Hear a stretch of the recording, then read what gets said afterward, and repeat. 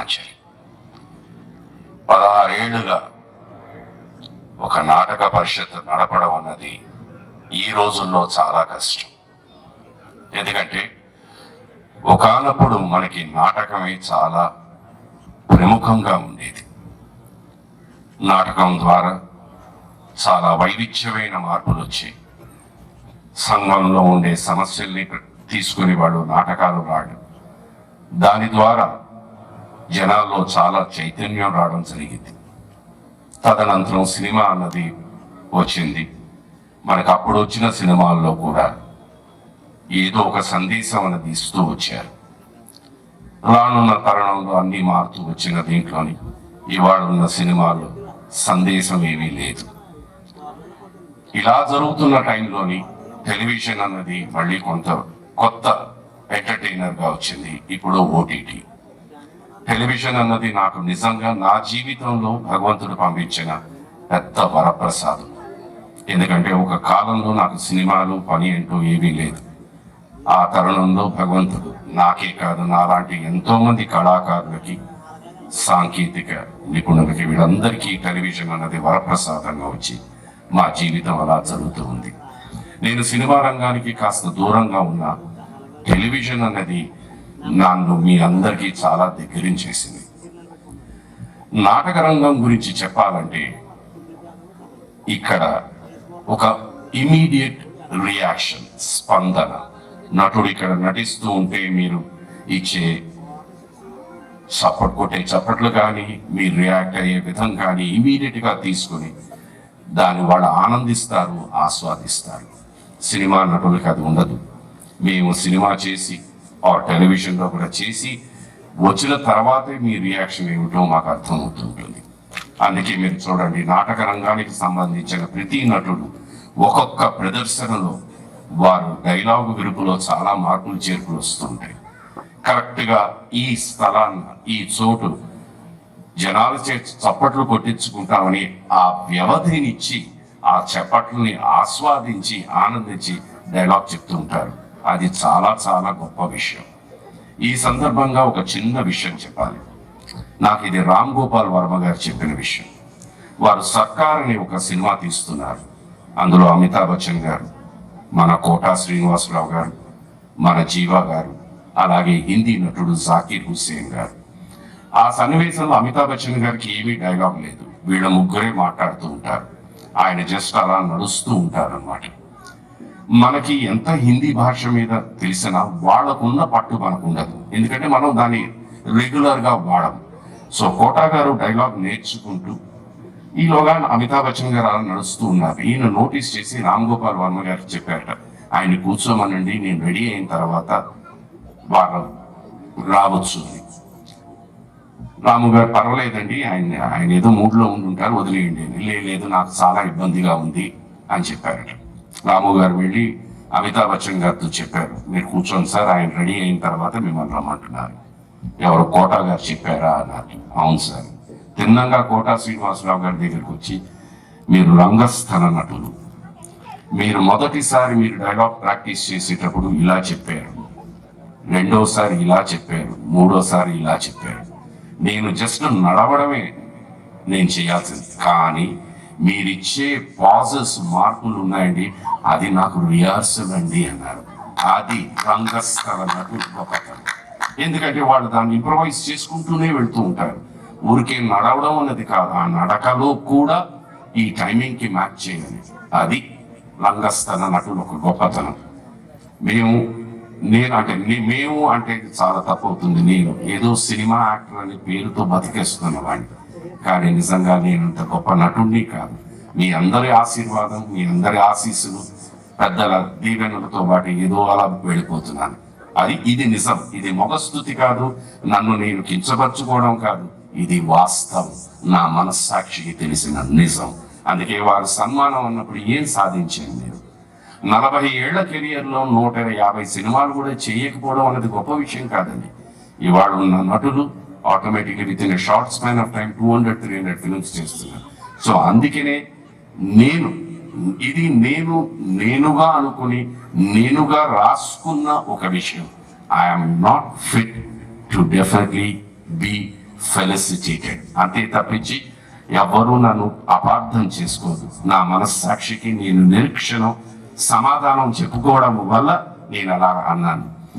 ఇక ఇవాళ సన్మాన గ్రహీతులు మాస్టర్లు ఎప్పుడూ మంచి చెప్తారు. అది టీచర్స్ అయినా ప్రొఫెసర్స్ అయినా నాటక రంగానికి సంబంధించిన మాస్టారు, ఇవాళ మీ ప్రసంగం విన్నాను, నేను ఇంకా చాలా నేర్చుకోవాల్సింది ఉంది. నెక్స్ట్ విజయలక్ష్మి మేడం, నాకు తెలిసి ఒక 7-8 ఏళ్ళు ఉంటాయి. ఆ రోజుల్లో వారు ఇందాక చెప్పినట్టు సావిత్రి గారితో పోల్చారు. బట్ 90% ఆఫ్ ద టైం వారు ఆ రోజుల్లోని స్టేజ్కి సంబంధించి వాణిశ్రీ గారు అనేవారు అనమాట. ఆవిడ స్టేజ్ మీద ఉంటే ఎంత నటుడైనా, ఇది నేను చాలాసార్లు సినిమా రంగానికి వచ్చిన తర్వాత నేను మిశ్రో గారితో వర్క్ చేస్తున్నప్పుడు, అలాగే కృష్ణ చైతన్య గారితో వర్క్ చేస్తున్నప్పుడు, ప్రసాద్ గారితో వర్క్ చేస్తున్నప్పుడు చెప్పేవారు అంటాం, ఆవిడ స్టేజ్ మీద ఉన్నారు అంటే ఆవిడతో బ్యాలెన్స్ చేసి యాక్ట్ చేయడం అనేది చాలా చాలా కష్టం. అండ్ ఆవిడ మెమరీకి నాకు ఇప్పటికీ ఈ వయసు వచ్చినా కూడా నాకు అర్థం కాదండి. ఇలాంటి రంగస్థలం భీమవరంలో ఒక 7:30 నుంచి 8:30 వరకు ఒక నాటకం వేసేవారు. ఇక్కడే పక్కన పాలకొల్లుకి వెళ్ళేవారు. 9 నుంచి 10 వరకు అక్కడో నాటకం, మళ్ళీ 10:30కి వచ్చి ఇక్కడో నాటకం. ఏ నాటకానికి పొంతన ఉండేది కాదు. అంతంత డైలాగులు, అంతంత స్క్రిప్ట్ ఆవిడ ఎలా గుర్తు పెట్టుకున్నాయి వారు. అమ్మా, నేను మీ నిజంగా మా శిరస్సు ఉంచి మీ మేధస్సుకి, మీ జ్ఞాపశక్తికి పాదాభివందనం చేస్తాను. వారిని చూసి నేను ఎంతో నేర్చుకున్నాను. వీళ్ళందరూ మా ఇన్స్పిరేషన్స్. బిహెచ్పివి కాలనీలో నేను పెరిగాను. మా నాన్నగారు అక్కడ పనిచేసేవారు. అక్కడ ఇంటర్నెట్ కాంపిటీషన్స్ ఉంది. నాకు ఎప్పుడు వారు రిహర్సల్స్ చేయడం అనేది నేను చూడలేదు. వచ్చేవారు, నాటకం వేసేవారు, వెళ్ళిపోయేవారు. అండ్ ఒక నాటకం అయిపోయిన తర్వాత ఒక మినిమం 15 to 20 minutes ఆవిడ ఇన్ఫ్లుయెన్స్ కానీ ఆవిడ థాట్ కానీ మన మీద ఉంటుంది. ఎందుకంటే ఆవిడ అసలు చెడు కూడా ఆడేసేవారు అనమాట స్టేజ్తో. రియలీ సార్, భగవాన్ గారు, ఇట్ వాస్ వండర్ఫుల్ దట్ ఇవాళ మీరు వారికి సత్కరించి ఈ సందర్భంలో నేను ఉండడం అనేది చాలా చాలా ఆనందంగా ఉంది.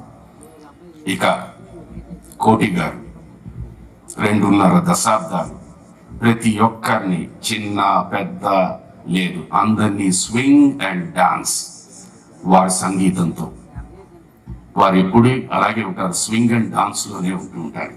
Very very active. 2.5 years, 2.5 దశాబ్దాలు అంటే ఇట్స్ నాట్ ఎ థింగ్. ఇది గొప్ప విషయం. ఇవాళ మనం తలుచుకుంటూ ఉంటేనండి, వాళ్ళ నాన్నగారు సంగీతం ఇవాళ కూడా అమ్మ పాడుతూ ఉంటే ఆ పాటలు, ఆ మాటలు మనకి ఇంకా గుర్తున్నాయి. నాకు సంగీతం రాదు, నేను పాడలేను. బట్ స్టిల్ నేను ఆవిడ పాడుతూ ఉంటే నాకు తెలిసిన స్వరంలో నేను మెల్లిగా అనుకుంటుంటాను, వీరందరూ కంపోజ్ చేసిన పాటలు అలా ఉండేవి. ఇప్పటికీ మనం పాడుకోగలుగుతాం, ఆనందించగలుగుతాం, ఆస్వాదించగలుగుతాం. అది వారి గొప్పతనం. సార్, నాకు భగవాన్ గారు మీరు ఇవాళ మీకు సత్కరిస్తున్నారని చెప్పిన వెంటనే ఫస్ట్ అండ్ ఫార్మోస్ట్ ఆయన వస్తున్నారు కదా, నేను వస్తున్నానని మాట ఇచ్చాను సార్. వచ్చాను sir. we love you so much, we appreciate you so much, and నేను I learn so much from you sir. God bless you, God bless you, God bless you. అయితే ఇవాళ నాకు ఒక పెద్ద కంప్లైంట్ ఉంది అందరి మీద. ఇది మానేస్తే బాగుంటుందేమో నా ఫీలింగ్. ఒకనప్పుడు రివట్లాగా ఉండేవాడిని. కలిసిన ప్రతి వ్యక్తి, ఏమండి మీరు బాగున్నారండి, చూడడానికి వాయిస్ బాగుందండి, కాస్త ఒళ్ళెక్కితే బాగుంటుంది, ఒళ్ళు వస్తే బాగుండేదండి అన్నారు. ఓకే, ప్రయత్నించి 30 ఏళ్ళ తర్వాత ఈ ఒళ్ళు వచ్చింది. ఇప్పుడు నన్ను చూసి మీరు అప్పుడే బాగున్నారండి, ఒళ్ళు తగ్గించరా అంటారు. ఇది ఎక్కడ న్యాయం అండి? సరే, ఇవాళ సభాపూర్వకంగా నేను మీకు మాటిస్తున్నాను, ఒళ్ళు తగ్గిస్తాను. కానీ నాకు మళ్ళీ ఇంకో 30 ఏళ్ళు పడుతుంది. అంతవరకు మీరందరూ నన్ను ఆశీర్వదించి ఆనందిస్తారని మనస్ఫూర్తిగా. థ్యాంక్ యూ భగవాన్ గారు. భీమవరం ఆప్యాయతకి, అనురాగానికి పేరు పెట్టిన పేరు. నేను మీ ఆప్యాయతని, అనురాగాన్ని ఆస్వాదించాను, ఆనందించాను. డెఫినెట్గా హోప్స్ ఎప్పుడైనా నా సతీమణి గారితో ఒకసారి ఇక్కడికి వస్తాను. అది రావాలని మనస్ఫూర్తిగా మనం అందరం కోరుకుందాం. God bless you all. ఈ నాటక పరిషత్తులో పార్టిసిపేట్ చేసే ప్రతి ఒక్క సంస్థకి my good wishes and let the best drama win the award and reward. Thank you very much. నమస్కారం అందరికీ. సర్వే జనా సుఖినో భవంతు. నమస్తే. ధన్యవాదాలు సుధాకర్ గారు. వారికి చేతుల మీదుగా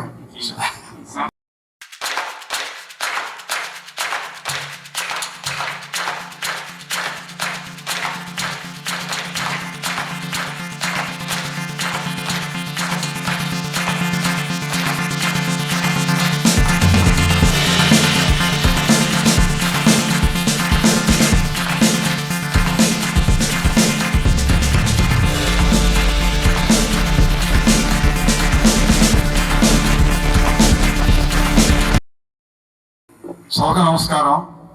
ఈరోజు చైతన్య భారతి ఆత్మీయ పురస్కారాన్ని అందుకుంటున్నటువంటి ముఖ్య అతిథి కోటి గారి గురించి మాటల్లో పరిచయం చేయలేము, నిజానికి పాటల్లో పరిచయం చేయాలి. కానీ నేను అంత పెద్ద గాయకుడి కాదు. కదిలే కాలమా కాసేపు ఆగవమ్మా, జరిగే వేడుక కళ్ళార చూడవమ్మా, సంభానమాయ సంగీత జ్ఞేవికి నాడే కదిలే కాలమా. అద్భుతమైనటువంటి శాస్త్రీయ రాగాలతో కూర్చున్న పాటలను చేస్తూనే చూడండి, అత్తమ్మ కూతురు మొత్తంగా ఎత్తు వేసయ్య మందిరు. యువత కోసం ఆధునికతను కూడా కలిపి సాంప్రదాయ సంగీతాన్ని మాధుర్యాన్ని పోకుండా చేసినటువంటి అనేక పాటలు 180 సినిమాల్లో సుమారు 3000 పాటలు చేశారట. ఈ 3000 పాటల్లో 2500 పాటల్ని ఎస్పి బాలసుబ్రహ్మణ్యం గారు, చిత్ర గారే పాడారు.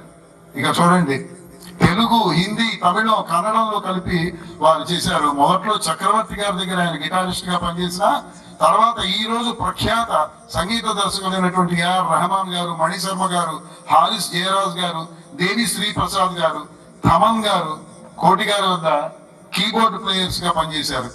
వారు ఎన్నో అసంఖ్యాకమైనటువంటి పాటల్ని చేశారు. వైవిధ్యంతో చేసినటువంటి ప్రియరాగాలే గుండెలోన పొంగుతున్న ఈవేళ, నడక కలిసిన నవరాత్రి గువ్వ గోరింకతో అట్లాంటి బీట్ ఉన్నటువంటి పాటలు, యువతని ఆకర్షించే పాటలు కొన్ని వేలు చేశారు ఆయన. హలో బ్రదర్, పెళ్లి చేసుకుందాం, పవిత్ర ప్రేమ, నువ్వు నాకు నచ్చావు, పాపే నా ప్రాణం, డార్లింగ్ డార్లింగ్, ప్రేమ సుందరి, నువ్వే కావాలి, మల్లీశ్వరి, గౌరీ, ప్రేమించుకున్నాం, పెళ్లికి రండి, పెదరాయుడు, అరుంధతి, హిట్లర్, రిక్షావాడు, అల్లుడా మజాక, మనోరమ, అమ్మ దొంగ, ఇలా చెప్పుకుంటూ పోతే 180 పైన వారు చేశారు. మొదట్లో రాజు గారితో కలిసి చేసిన తర్వాత వారు నాకు చాలా అభిమాన సంగీత దర్శకులు. ఎందుకంటే శాస్త్రీయ రాగంలో ఉన్నటువంటి, కర్ణాటక రాగంలో ఉన్నటువంటి అందాన్ని చెడకుండా వాటిని ఇవాళ యువతకు పనికొచ్చేట్టుగా బీట్ తోటి చేయగలిగినటువంటి ప్రతిభాశాలి కోటి గారు. చాలా అద్భుతమైనటువంటి మెలోడియస్ సాంగ్స్ కూడా ఎన్నో చేశారు. ఉదాహరించడానికి ఇప్పుడు టైం కాదు కనుక, వారు తండ్రిని మించిన తనయుడు అని అనం కానీ తండ్రికి తగిన తనయులు వారు. అద్భుతంగా రాజేశ్వరరావు గారి పేరును నిలబెట్టి సుమారు 4 దశాబ్దాలుగా సంగీత సామ్రాజ్యాన్ని సినిమా రంగంలో ఏలుతున్నటువంటి కోటి గారికి ఈ పురస్కారం జరగడం చాలా ఆనందంగా ఉంది. వారికి నా హృదయపూర్వక అభినందనలు.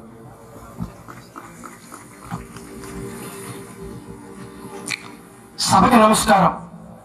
ఆత్మీయ చైతన్య పురస్కారం ప్రియ రాగాల మరాఠీ కోటి మెలోడీల మేటి, కోటీశ్వరం మృదుల కోమల రవం, కమల బాణీకృతం విమల రాజేశ్వరం, కోటీపథం సుగుణ మంగళకరం, కోకిల గానామృతం సకల రంజితమయం. గిటారు మీటితే అందం హిందోళం, హార్మోనియం స్పృశిస్తే ఆకాశం దిగి వచ్చే సమయం, పియోనా పెదాల మించి శతకోటి రాగాల సంగమం. కోటి అంటే ప్రియ రాగాల మరాఠీ, కోటి మెలోడీల మేటి, శ్యామసుందరమైన మురళితోటి జ్వలించే జీవితాల కథల పోటీ. ఎక్కడే పాట విన్నా పక్క నుండి పాడినట్టే, ఏ రసోత్పాదమైన చక్రవర్తి సమర్పించినట్టే. ఎవరి సంగతులు ఎవరివో తెలియని జుగల్బందీలో రాజీ పడని స్వరద్వారాలు, రాజ్కోటీలు, కన్నీటి ముళ్ళు గుచ్చుకున్న జలతరంగిణులు, ఎలా శృతి చేసిన గమకాలాలు, వేడికవే గతులు. కోటి గారు, సినీ సంగీతం అనే చేజమ్మ మీ విజయాకాశాన కీర్తివంతంగా వెలుగులీనే అరుంధతి. దేశ దేశాల ఆకాశాలన్నీ మీ పాటలెగరేసిన కొత్త పుంతలు. చిలకలు వాలిన చెట్లన్నీ మీ పాటల రెక్కలల్లార్చే తరువులు. రాత్రి కురిసిన రహస్యపు వానలు మీ ఆల్బములు. సినీ సంగీత విభావరిలో మీ పాటలన్నీ నవపారిజాతాలు. సత్యంగా మీ చందన చర్చతో పరిమళించిన శిష్యులంతా మీ కొనసాగింపులు. సరిలేని మీ పాటవానికి మురిసిన అవార్డులెన్నో, అవి మీ స్వర పరికరాలు. కోటి గారు, శతమానం భౌతిగా వర్తిల్లండి. కళాభివందనాలతో రాయప్రోల్ భగవాన్, అధ్యక్షుడు చైతన్య భారతి. నమస్కారం.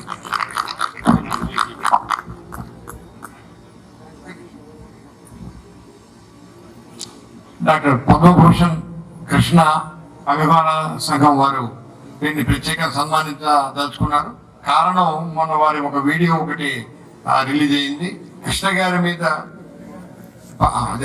వారు పోయినప్పుడు కోటి గారిని అడిగితే కృష్ణ గారి పట్ల వీరు వెలుగుచ్చినటువంటి అభిప్రాయానికి చెమర్చిన కళ్ళు వీళ్ళందరినీ ఆ ఫ్యాన్స్ లో చూశాను. ఇంత అందంగా, ఇంత గొప్పగా కృష్ణ గారి గురించి కోటి గారు చెప్పారని.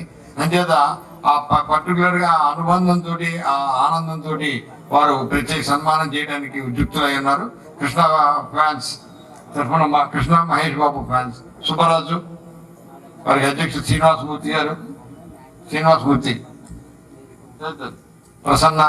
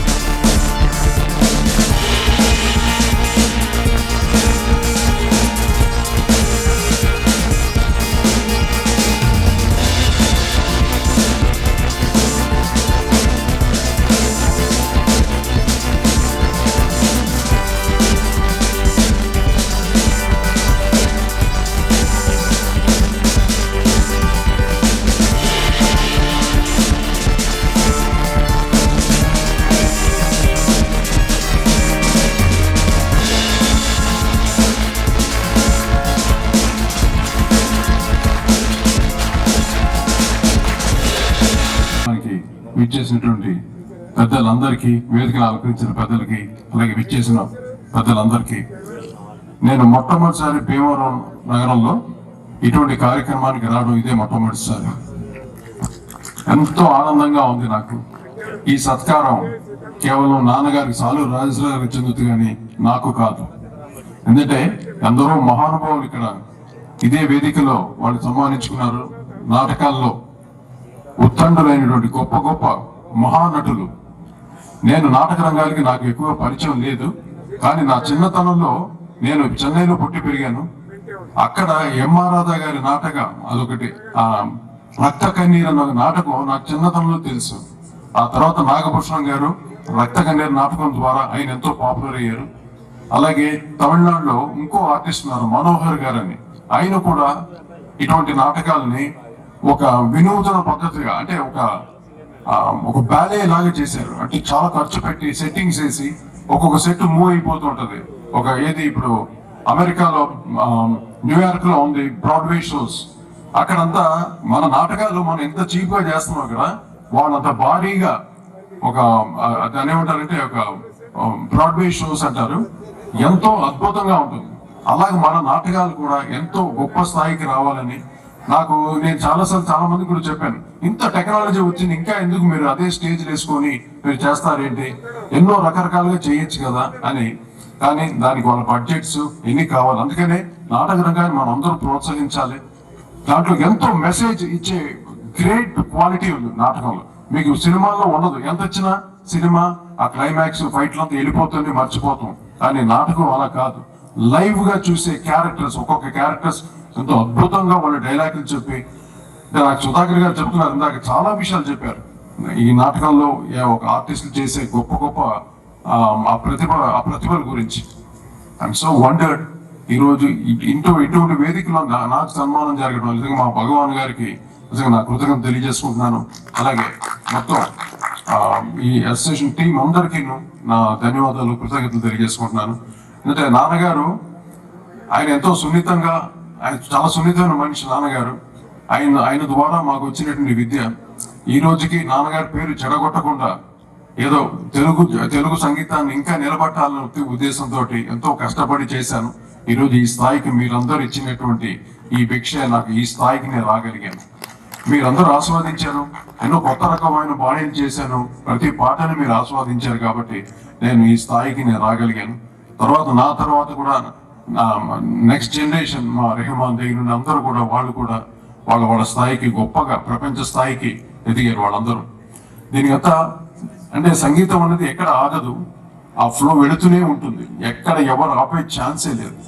అందువల్ల అటువంటి గొప్ప సంగీత కళాకారుడిగా పుట్టిన మా మహానుభావుడు మహాపండితుడు సాలు రాజేశ్వరరావు గారి తనయుడిగా పుట్టడమే నేను చేసుకున్న అదృష్టం ఆ మహానుభావుడికి. సో ఎన్ని జన్మలున్నా ఆ మహానుభావుడికే తనయుడిగా పుట్టాలని కోరుకుంటూ, తెలుగు వాడిగానే పుట్టాలని కోరుకుంటూ మిమ్మల్ని సెలవు తీసుకుంటున్నాను. థ్యాంక్ యూ, చాలా సంతోషం. నాకు ఈ అవకాశం కల్పించిన మరొకసారి మీ అందరికీ ఆ మావుళ్ళమ్మ తల్లి దీవెనలు సంపూర్ణంగా మీకు అందరికీ ఉండాలని మనస్ఫూర్తి కోరుకుంటున్నాను. పాట నా కీబోర్డ్ నిద్రపోతున్నా, మీరు అడుగుతారని తెలుసు, అందుకే ముందే రెడీ చేసి పెట్టాను.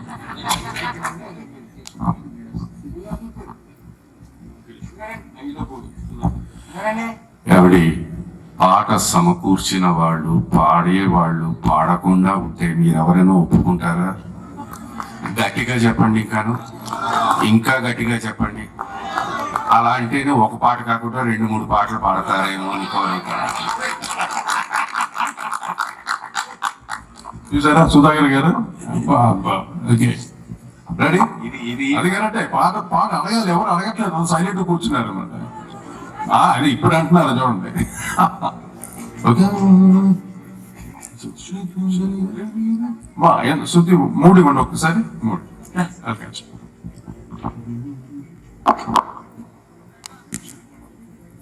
ఇది నువ్వే చిత్రంలో మంచి మెలడీ సాంగ్ ఇది.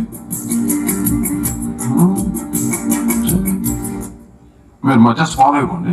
ఇది నిద్రపోతున్న రాత్రి అడిగా. ఓకే, జస్ట్ ఫాలో అయిపోండి. అంటే ఏ సూత్రం ఉంది? 3, 5, 5 సరే ఒకసారి 3 రండి. 3 సూత్రం. ఈ మైనర్,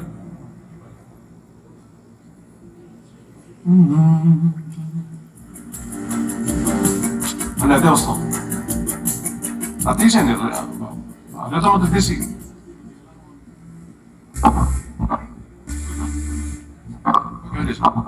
చెలియా నీ వైపే వస్తున్నా, కంటపడవా ఇకనైనా, ఎక్కడున్నా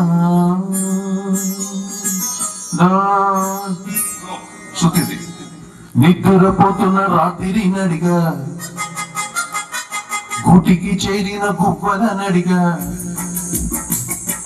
నిద్రపోతున్న రాత్రి నడిగా, గుటికి చేరిన గువ్వల నడిగా, చల్లగాలి నడిగా, ఆ చందమామ నడిగా, ప్రియురాలి జాడ చెప్పరేమని అందరినీ ఇలా వెంటపడి అడగాల, సరదాగా నువ్వే ఎదురైతే సరిపోదా, చల్లగాలి నడిగా, ఆ చందమామ నడిగా, ప్రియురాలి జాడ చెప్పరేమని అందరినీ ఇలా వెంటపడి అడగాల, సరదాగా నువ్వే ఎదురైతే సరిపోదా. ఇది నువ్వే నువ్వే చిత్రంలో ఈ పాట. ఇది మెలడీ సాంగ్. ఇంకా మాసులు ఉన్నారు ఇక్కడ. ఎదురే కాలమా అంటే లిరిక్. కదిలే కాలమా కాసేపు ఆగవమ్మా, జరిగే వేడుక కళ్ళార చూడవమ్మా, రేగే కలలగా శ్రీమంతమాయలే ప్రేమ దేవతకు నేడే, కదిలే కాలమా కాసేపు ఆగవమ్మా. శృతికి ఎక్కువైంది, సారీ. ఈ మధ్య పాటలు ఒక మాస్ సాంగ్ అంటే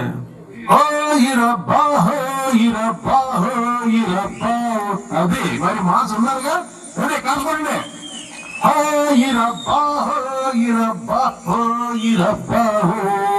ఈ తోటకు మేస్త్రి, మీరు పోగల పాలిక పెన్నిదే,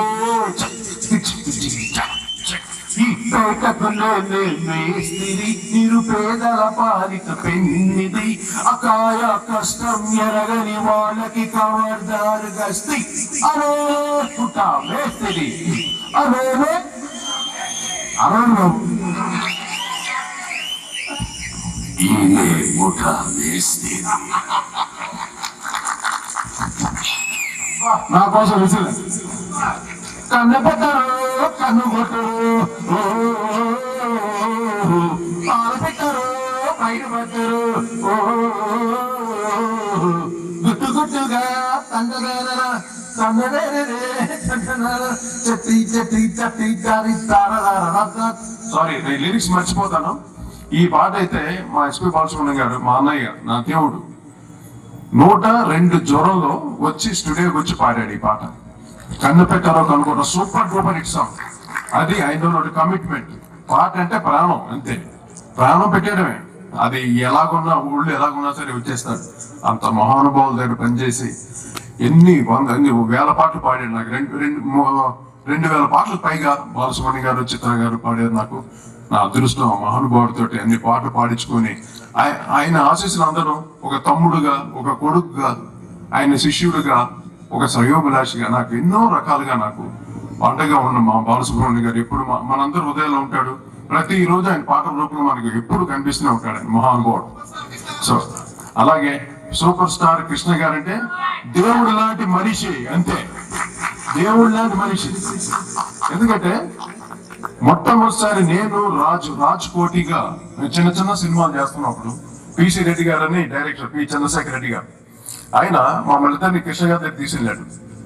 అంటే కృష్ణ గారు అప్పుడే టిఫిన్ చేస్తున్నారు అనమాట, ఆయన చిన్న క్యాబిన్ లో తీసుకెళ్ళి నేను రాజు చేతి కట్టుకుని ఇలా నిలబడుకున్నాను. ఆయనకు ఎవరు వెళ్ళాను, కృష్ణ రాజేష్ గారు అబ్బాయిను, టీవీ రాజు గారు అబ్బాయి, కుర్రోళ్ళు చాలా బాగా చేస్తున్నారు మ్యూజిక్, కొంచెం మన సినిమాకి పెట్టేయండి, అంతే పెట్టేయండి అన్నాడు. అంతే వెంటనే అప్పుడే నాకు వెళ్ళిపోయే ప్రపంచంలో సినిమాకి వెంటనే మ్యూజిక్ చేసాం మేము.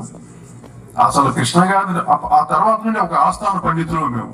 ప్రతి సినిమాకి బ్యాక్గ్రౌండ్ స్కోర్ చేయటం, ఇంట్లో ఏ ఫంక్షన్ జరిగినా మమ్మల్ని పిలిచేవారు. ఎన్నో సినిమాలు కృష్ణ గారికి, అమ్మ దొంగ అనే సినిమా మటుకు మ్యూజికల్ హిట్ గా ఆయనకి వండర్ఫుల్ మ్యూజికల్ హిట్ ఇచ్చాను నేను. అది చాలా, అది సూపర్ స్టార్ కృష్ణ గారు అంటే నాకు చాలా చాలా చాలా చాలా ఇష్టం, ప్రేమ. అది ఇంకా no limits, great fan of Krishna garu. So ఈ సందర్భంగా మొన్న ఆయన అసలు ఆయన వీళ్ళంతా పోరండి, వీళ్ళతో ఎప్పుడు ఉంటారు అలాగే. ఈయనైతే మనం భౌతికంగా కనిపించరు కానీ డెఫినెట్ గా మన అందరిలోనూ ఉంటారు. కృష్ణ గారు కానీ, ఎన్టీ రామారావు గారు కానీ, మహానటులు, ద గ్రేటెస్ట్ పీపుల్. అటువంటి మహానుడు ఆ రోజు ఆయన పరమపదించిన తర్వాత ఆయన గురించి కొన్ని మాటలు చెప్పాలంటే నాకు చాలా నేను ఎమోషన్ అయిపోయాను. ఎన్నో విషయాలు షేర్ చేసుకున్నాను ఆ రోజు మీడియాలో. ఎవరు చెప్పుంటారు అన్ని విషయాలు ఆయన గురించి.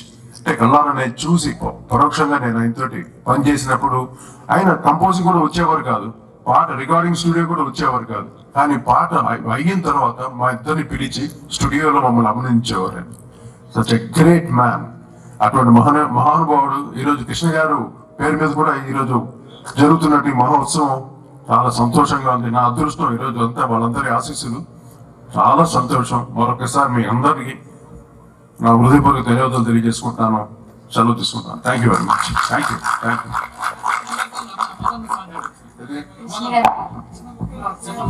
కృష్ణ గారు పాట లిరిక్ గుర్తుంటుంది. సరే. నీతో సాయంత్రం ఎంతో సంతోషంగా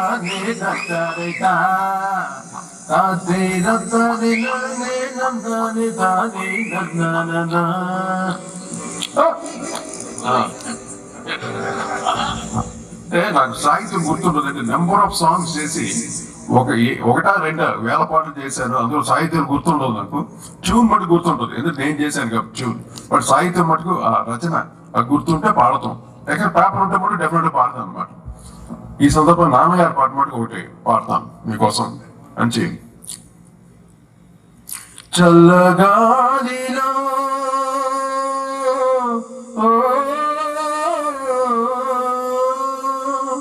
చల్లగాలిలో యమునా తటిపై శ్యామ సుందరుని మురళి మురళి శ్యామ సుందరుని మురళి.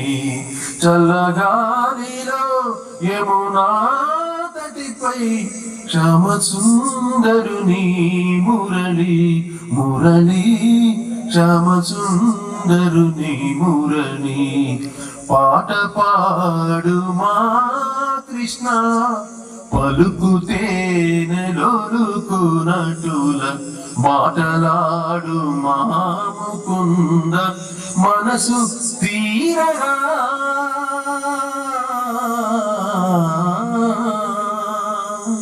Thank you. ఎంతైనా మహానుభావుడు ఆ పాటలే.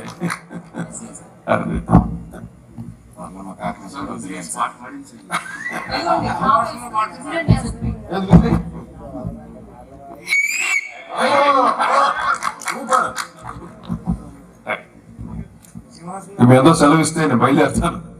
సంతోషం. చాలా లేట్ అయిపోయింది ఇప్పటికే. నాటకం వేయాల్సిన టైం కూడా ఉంది ఇంకా కదా. భగవాన్ గారు చాలా సంతోషం. నన్ను ఇంత గొప్ప కార్యక్రమాన్ని నన్ను ఆహ్వానించారు మీరు. వన్స్ అగైన్ మీకు నా కోటి థ్యాంక్స్.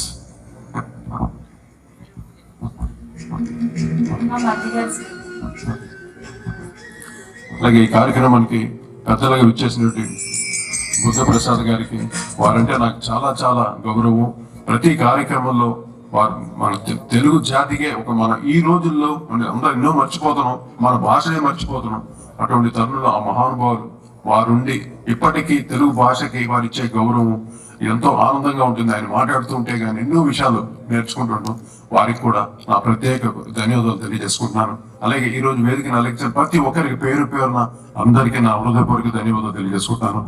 అలాగే నా ప్రియాత మిత్రుడు అయిన నా సుబ్బలేఖ సుధాకర్ గారికి, మై లవ్లీ పర్సన్, నేను ఎక్కువ ప్రేమించే వ్యక్తి నా సుధాకర్. ఎప్పుడు ఆయన అంటే చాలా ఇష్టం నాకు.